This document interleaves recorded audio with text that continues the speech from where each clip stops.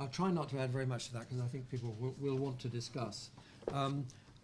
First of all, I just want to counteract a little bit Biju's remarks suggesting this is a boring book. It is not. It is a fantastic resource, and I would encourage you to use it. In fact, it has individual chapters on sort of committees attached to service delivery, infrastructure projects which have a participatory element, and community-based reconstruction, which is a major field on its own. I mean, it's not only very comprehensive and reveals that there is in fact a huge amount of fairly rigorous study of these topics, but it's also got a very sharp critical edge. I mean, it has some very good things to say about the sort of perils of believing evaluations and the various dangers that threaten the seriousness of an evaluation, the difficulty of interpreting particular bits of evidence, and separating out the effects of the participation from the effects of the fact that there are a lot of powerful and well-educated outsiders suddenly in a community themselves having an effect on what happens in there. A very important point, I think, is the one that nearly all of the evaluations are comparing the outcomes with a counterfactual, which is absence of that intervention, and there is very little evidence comparing an intervention with this participatory element with an alternative approach, which would, for example, be entirely top-down and entirely authoritarian in its delivery. And actually, that's what we want to know, whether a radically different approach could not have achieved something substantially better. A couple of queries. The book uses this concept of elite capture quite a lot in describing project outcomes which are not what you hoped for. I don't think, I mean, I think it's a concept which was particularly associated with the South Asian context, in which there is a lot of inequality at local level.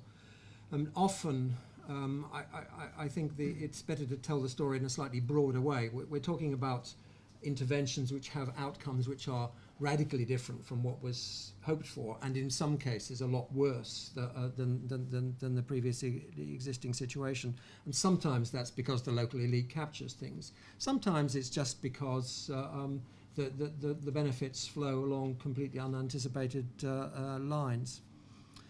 The book bemoans the fact that policy in these areas tends to be driven by fads, international fads, rather than by evidence. It would be great to hear more about that. And the book is not as unkind as perhaps it should be about some of the ways in which within the World Bank the evidence has been hyped in such a way as to sort of highlight the contribution of the citizen demand element. I mean, in my work, I'm always coming across references to the studies in Uganda by Reinecker and Svensson, and those are quoted as good evidence in this book. The fact of the matter is the way that evidence was promoted in and around the bank was very skewed, and isn't justified on the basis of a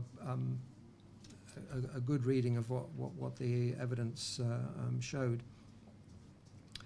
What's the alternative? I mean, I think there's a couple of elements in Biju's presentation which are really important in pointing towards a different way of doing things. I mean, one is relying on the contribution of actors who have intrinsic motivations, who actually want to improve things for their fellow citizens, or who want to be recognized by their fellow citizens as good people. There are lots of motivations which have nothing to do with aid, which could be developed and encouraged more than at present. And the other thing is this emphasis on monitoring. I mean, we're talking, from the way he describes monitoring, we're talking about the kind of observing of what happens, which is an immediate learning resource. not the kind of monitoring which is simply sort of ticking boxes against a logical framework. This is the front of the agenda of these things, I think, as we've been discussing actually in this room recently. Intrinsic motivation plus a learning orientation. But then that poses in turn the question actually sort of who are the actors who are capable of doing this sort of thing? Working with others who have intrinsic motivations, using the evidence in a way that allows the approach to be adapted in the light of experience and progressively improved over a period of time. Increasingly, I think we're beginning to get studies that suggest the kinds of actors that can work in this kind of way within the aid system itself and then and within the country context itself. The phrase that Sue Unsworth and I have attached to the sort of the common features of the model which provides an alternative is politically smart and locally led. Those two elements, where politically smart includes relating to the evidence and responding to it, and local leadership involving intrinsic motivations and not aid-driven motivations. We must continue this discussion.